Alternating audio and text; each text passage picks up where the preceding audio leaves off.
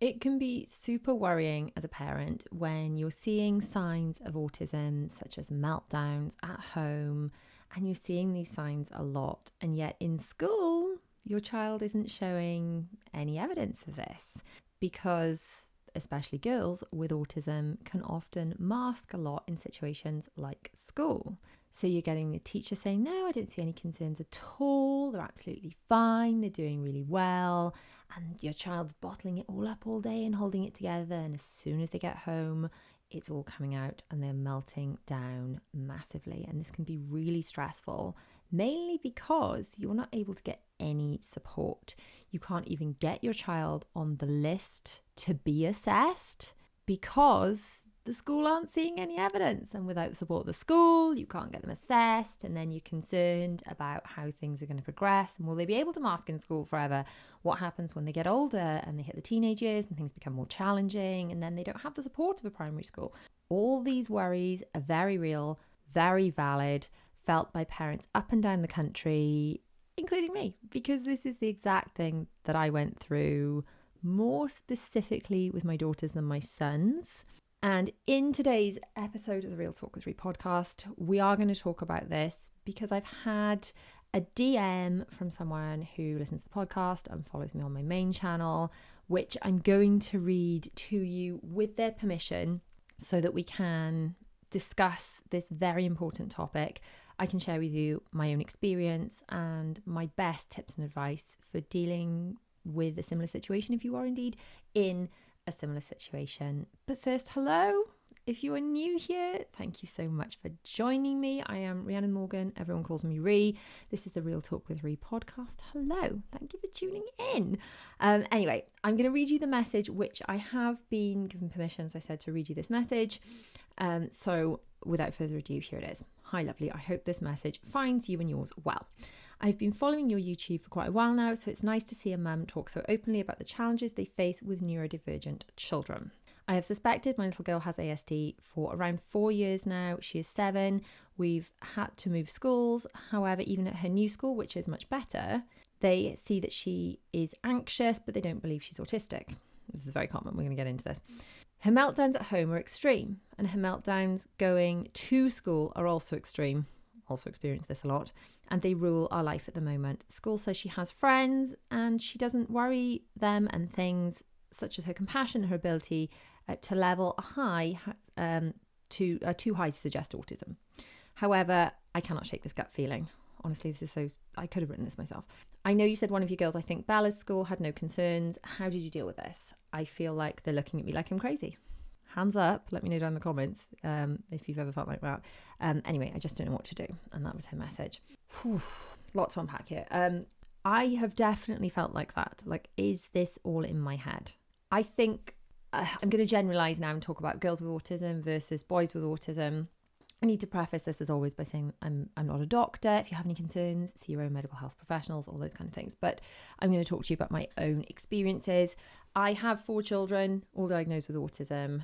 I would say that the way, in my experience, girls present with autism and boys present with autism can be very different. Obviously, the way each individual person presents with autism is very, very different. And I think there is a massive issue in schools with a lack of understanding of what autism is and can be. And I think there is especially a lack of understanding of how it can present in girls. So let's go back to Bella's story. I will touch on this briefly, but let me know if you want a full podcast episode, even deep dive on Bella's story. But we'll touch on it just briefly here. I recently did a deep dive episode on Will's story, and Bella was indeed number 2 of my 4 children, even though she's my 3rd child, to be assessed and diagnosed. So I was seeing signs at home and they were seeing 0 in school. I had a really, really good relationship with the school, to the point where I'd become good friends with lots of the teachers because they'd been so supportive through Will's journey. So they weren't dismissing me because I was some random mum. They knew I knew a lot about autism. They knew I was very involved. They knew I was very open to being heard, which again can be a problem. I think some of the teachers are nervous to approach parents and say, hey, I think we may be dealing with autism or some other difficulty here, because a lot of parents absolutely lose their stuff, which is a whole other issue. Anyway, they were basically saying to me, look, we don't see anything at all in school. And one of my concerns was I just seeing autism everywhere? So was I so immersed in it that I was kind of seeing things that weren't there?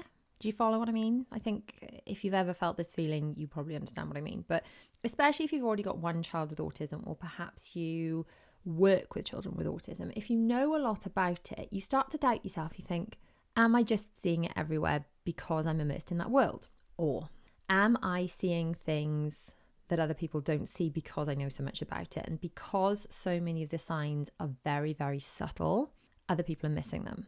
The latter turned out to be the case in our situation, and I think it's the case in so many situations. So for Bella, at the time, we are talking pre-COVID here, and we live in Wales, and I'm pretty sure it's different county by county, hospital trust by hospital trust. So you're just going to have to find out what's the situation in your area. But in our area at the time, children under the age of 5, whether they were in school or not, because Bella was in school, but she hadn't turned 5 yet, fell under the health visitor and therefore the GP, and were sent through the paediatric outpatient assessment route.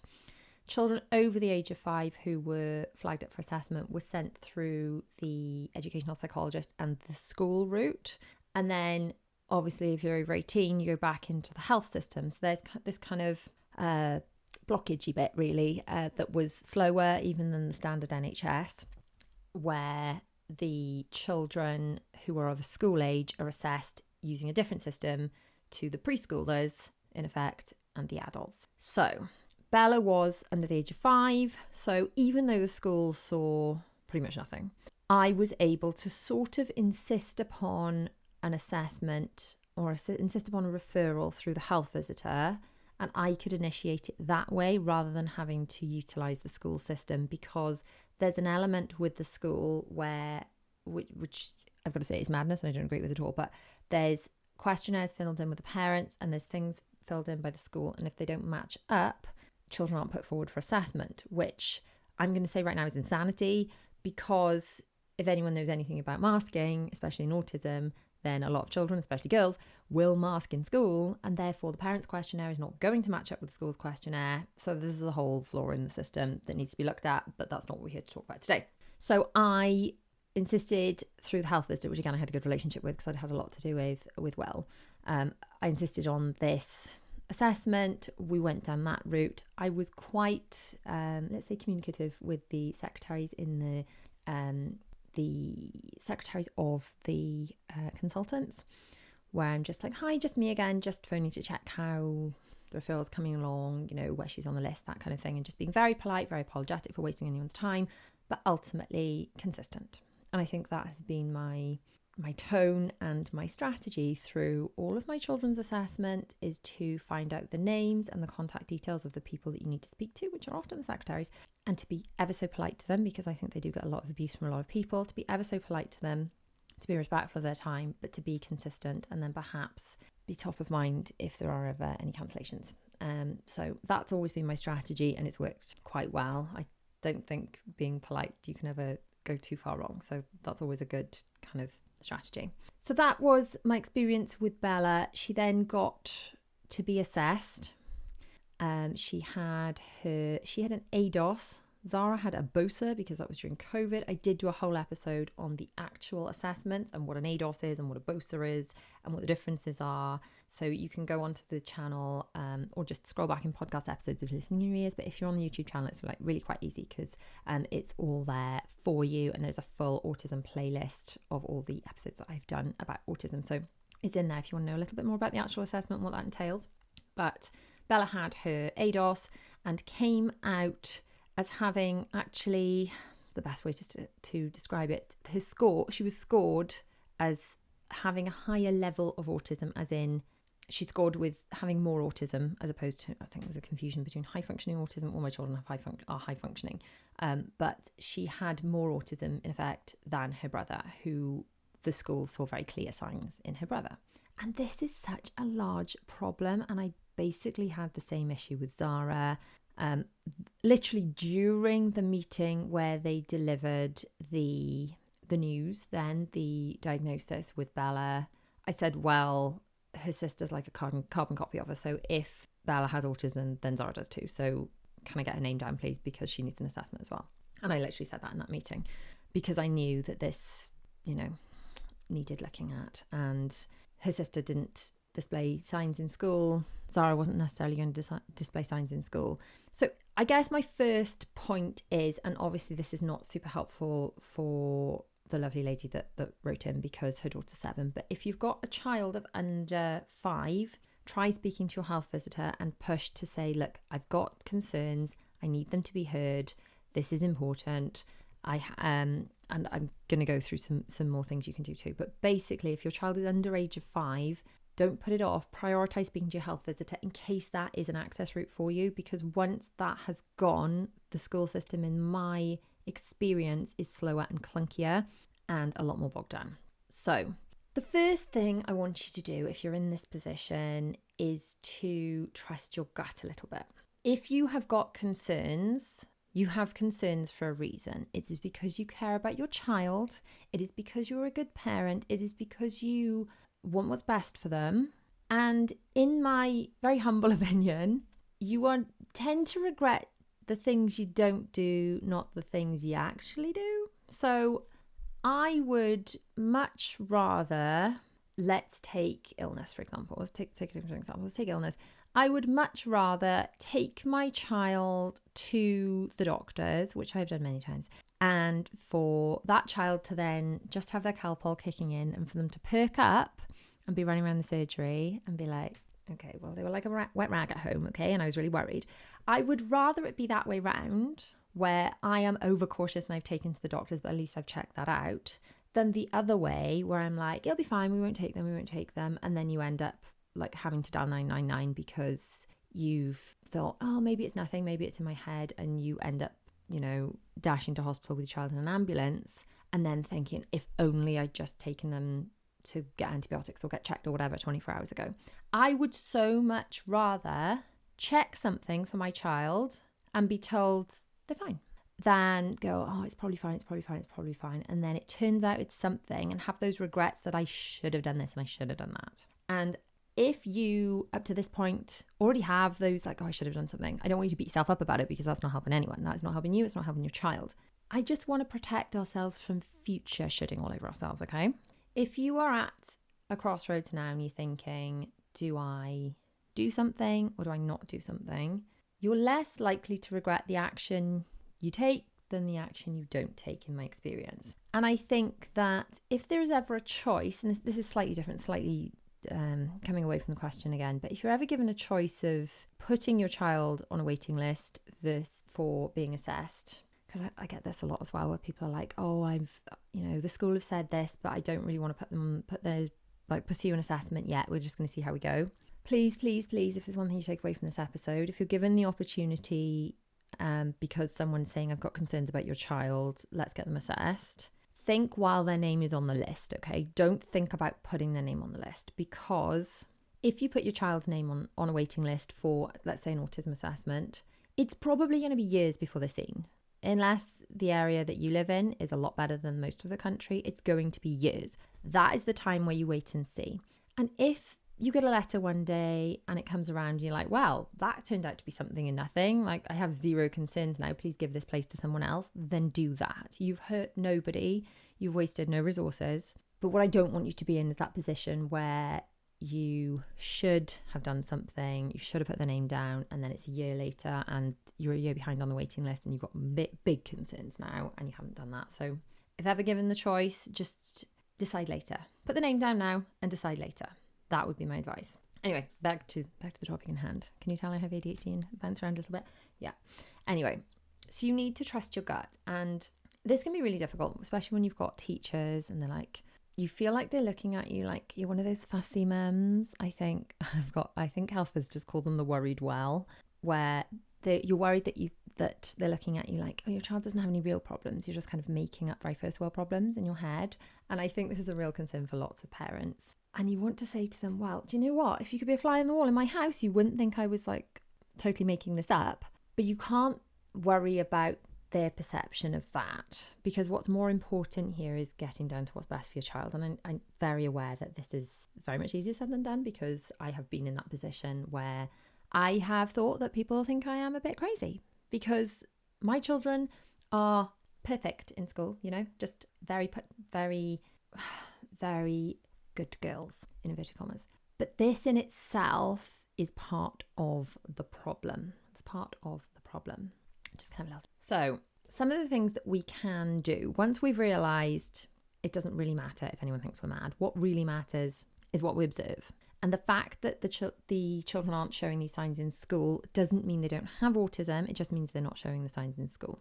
So what we need to do is start putting together some evidence, because ultimately what you end up doing is going through really long processes where you get asked lots and lots and lots of questions, and you'll be asked to give examples of your concerns.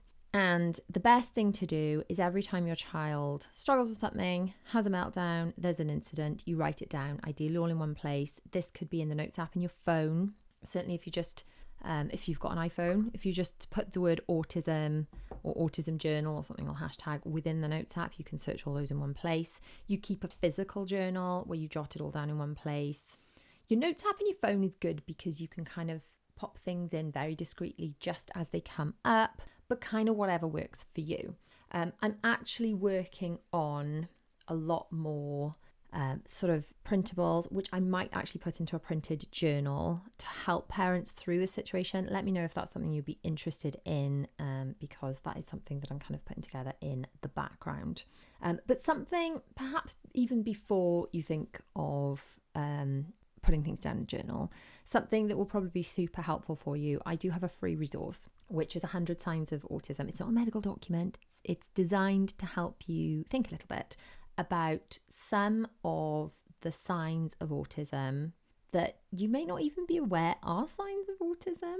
And I put this together because this is something I wish that someone had given me when my children were going through the assessments, especially my first child, because I can remember the health visitor saying things like, well, does he bring you things to show you?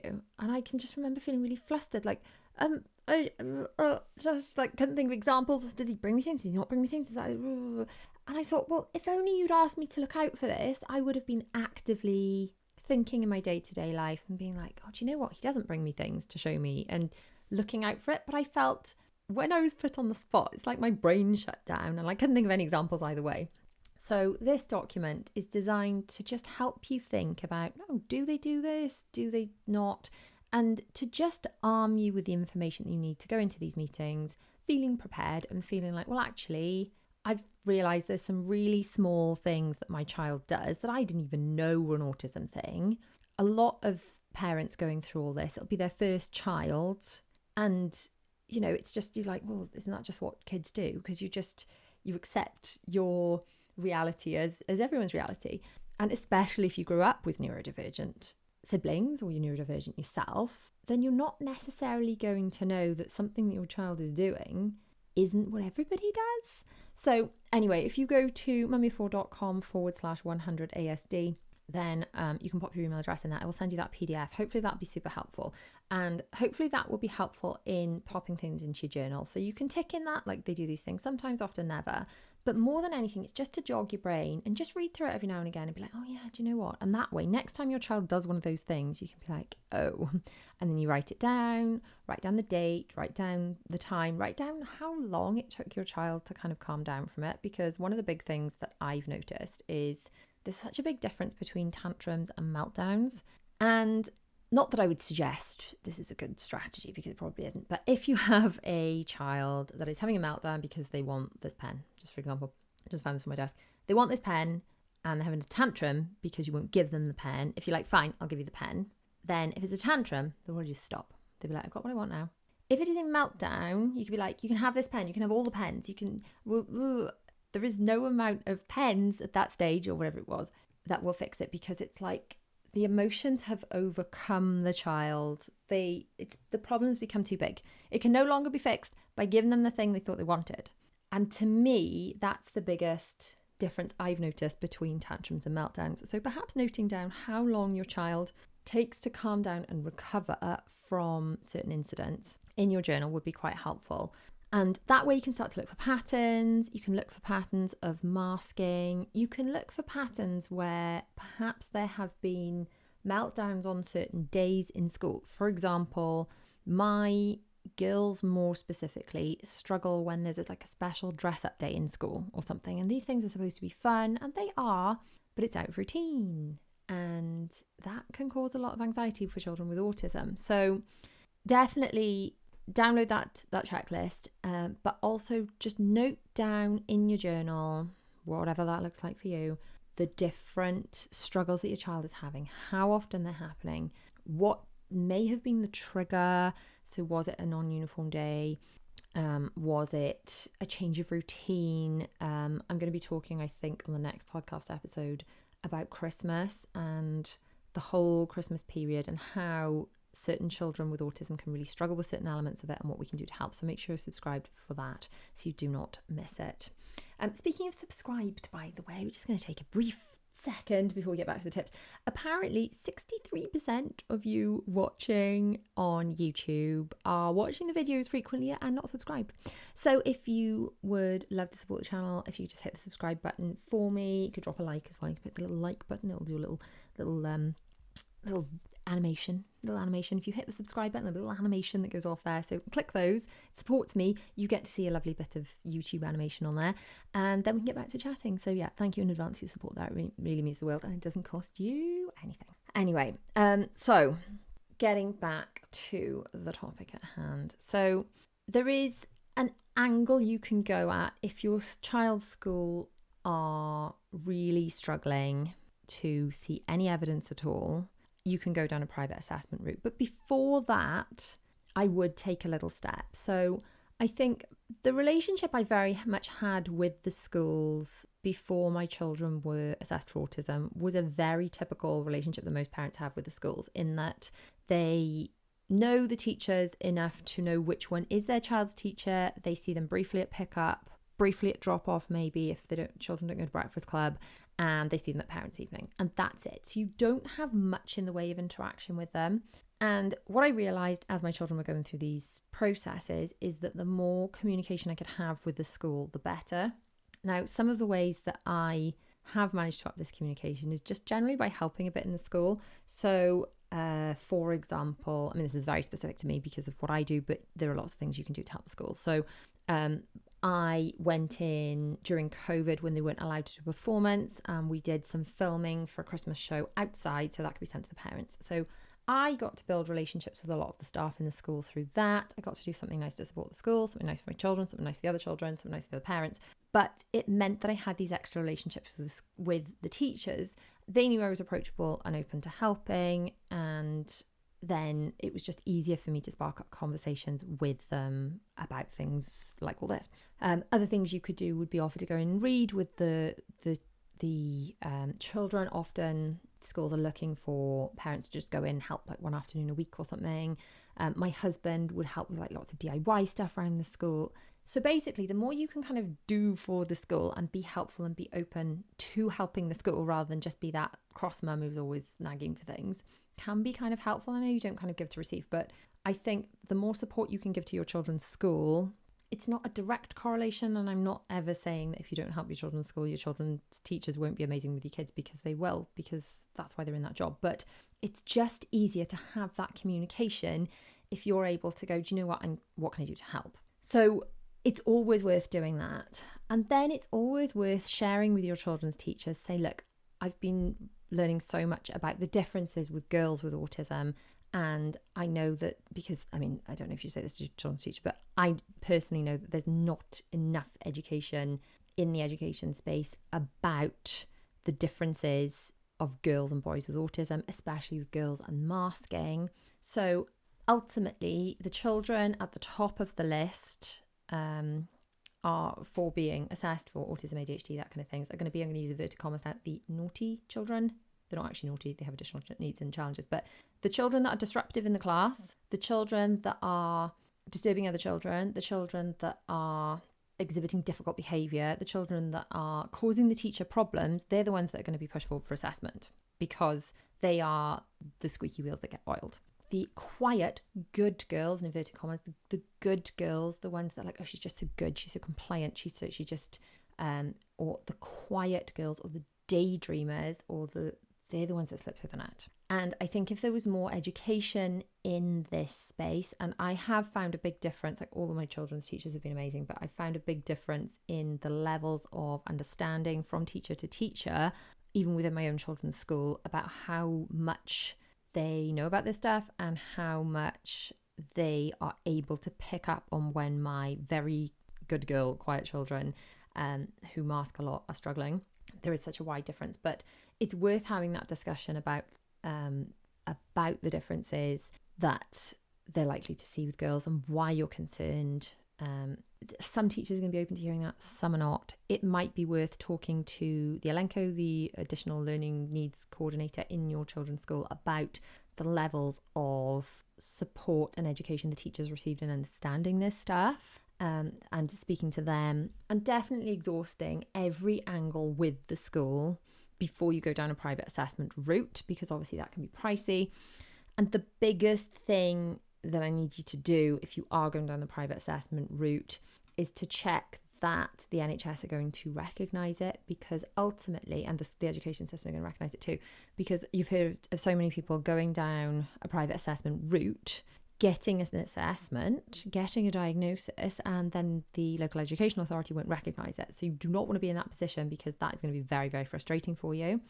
But then I've heard of other situations where the private assessment then gets them en route to be assessed through the standard situation, through the school, and then they get the help that way. But ultimately, if you are paying for something, make sure that it is going to be recognised, because unfortunately not all of them are. So ideally speak to someone. I mean, all of my children were assessed through either the school or the NHS eventually, but it is worth seeing if there's someone else that has gone privately that can recommend a certain person that you know does get recognised, rather than just blindly paying for something. So it's well worth exploring all strategies with the school before you go down this route. There is always an element of support can be offered even before a child had an assessment and diagnosis. And it really does depend on your child's school, where they're going to be able to provide them support with or without a diagnosis. But for me, because I've had this a lot, it's like, well, why do you need a diagnosis if they're getting support? Well, ultimately, it's going to be easy to support a child in primary school, where you see the teacher every morning, we drop them off, you're like, bye, yeah, they've had a good morning, or, oh no, they've not had a good morning, and you're having that kind of, that quick handover, and you're just dealing with one or maybe two teachers. But ultimately, when a child moves up to secondary school, they might have 10, 11, 12 different teachers. And if all those teachers don't understand that your child has needs, then some of your child's behaviour may be seen as disruptive or naughty or not compliant, all these other super unhelpful words, because the teachers simply don't have the understanding. And that's, I mean, I get it. You can't, when you're teaching that many kids and each kid has 12 different teachers, they can't all be known on that same level as that primary school level. But this is why, for me, it was important to get that assessment, to get that diagnosis if it's required, so that by the time they're in secondary school, they have that understanding. And then if they needed, I don't know, additional time, or to do an exam in a quieter place, or any kind of provisions to be made, because I don't know what provisions they're going to need by that age, but I know they have the autism, then they may need some provisions by the time they get to that age. Then I know that that diagnosis gives me the power as a parent to go, hey, my child needs this support. What are you able to offer them?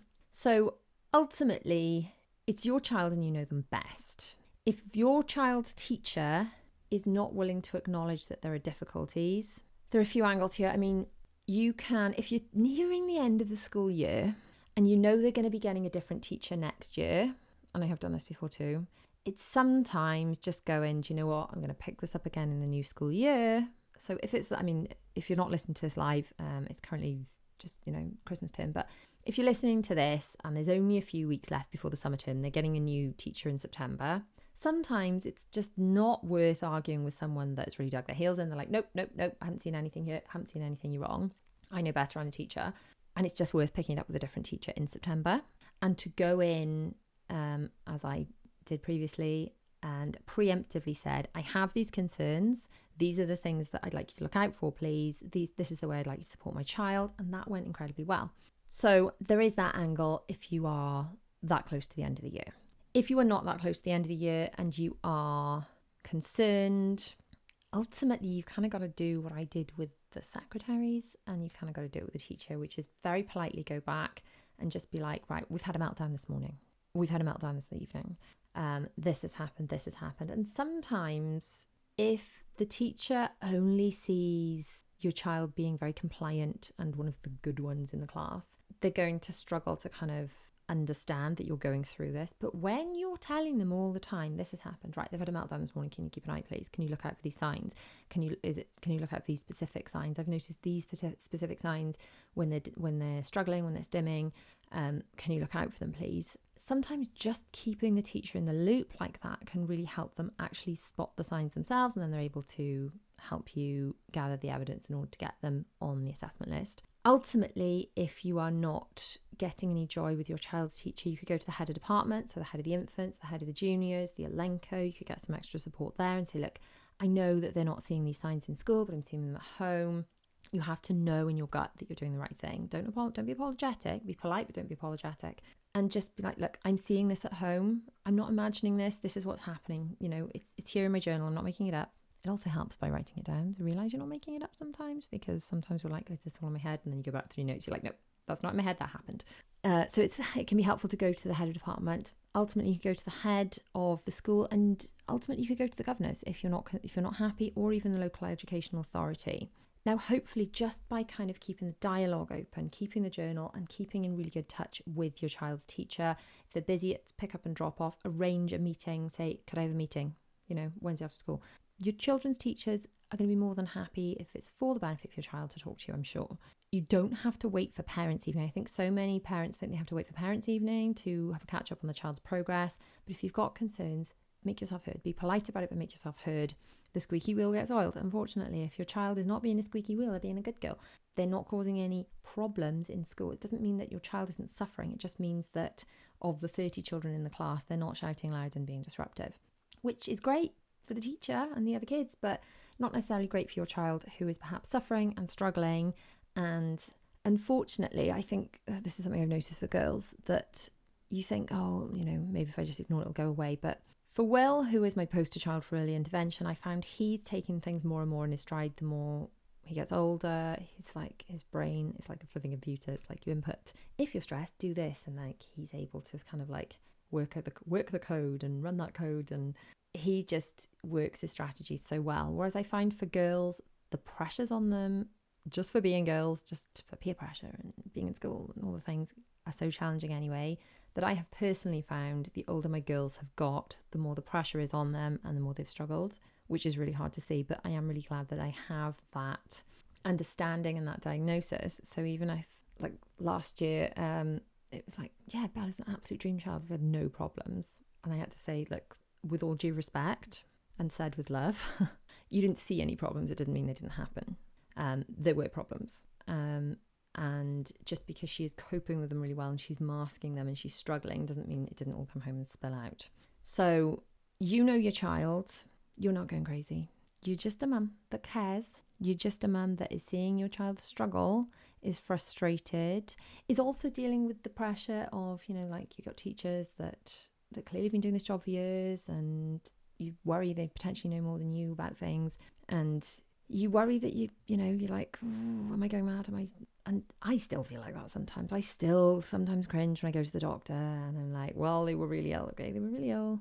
I remember my eldest being so ill, and it turns out he was having really bad kidney problems. He ended up having operations and all sorts. But we'd take him, and by the time we got to the doctors, he'd be bouncing. But he'd been like a wet rag, and it was because he was having these undiagnosed like urine infections and things. So he was really poorly, and like I said, he had one of his kidneys wasn't working properly, and ultimately had an operation, and that stopped the problem getting any worse. But they'd be like, oh, is this your first baby? It can be hard, can be worrying sometimes, can't it? And I was like, no, like, yes, it is my first baby, but I'm not going mad here. And I was right. And if I hadn't advocated for him, what a mess would he have been in, And if you don't advocate for your child and then they are struggling that's not going to feel good for you. It's not going to feel good for them. So advocate without apology. Be polite, but know that you are doing what's best. And even if it turns out to be nothing wrong, inverted commas, even if it was all in your head, inverted commas, then you're still not going to regret checking. Because what you might regret is them really struggling when they're older and you not pushing hard enough and you being allowed to be swept under the carpet and shushed when you knew you had concerns. And that's not something I want for you, because it doesn't feel great. It really doesn't feel fun. So yeah, take the action, follow your gut, and keep politely pushing. Politely pushing is, I think that's the best way to deal with it. So like I said, we did have a good old chat recently about the actual assessment and what's entailed, and I'll put that video on screen now if you're watching on YouTube. If you're not watching on YouTube, head to YouTube, subscribe, watch that video. But that video will be super helpful if you are going through this whole process. So thanks so much for tuning into another episode of Real Talk with Ree. Check out my Patreon for some early release videos, and I'll see you in that other video. Bye.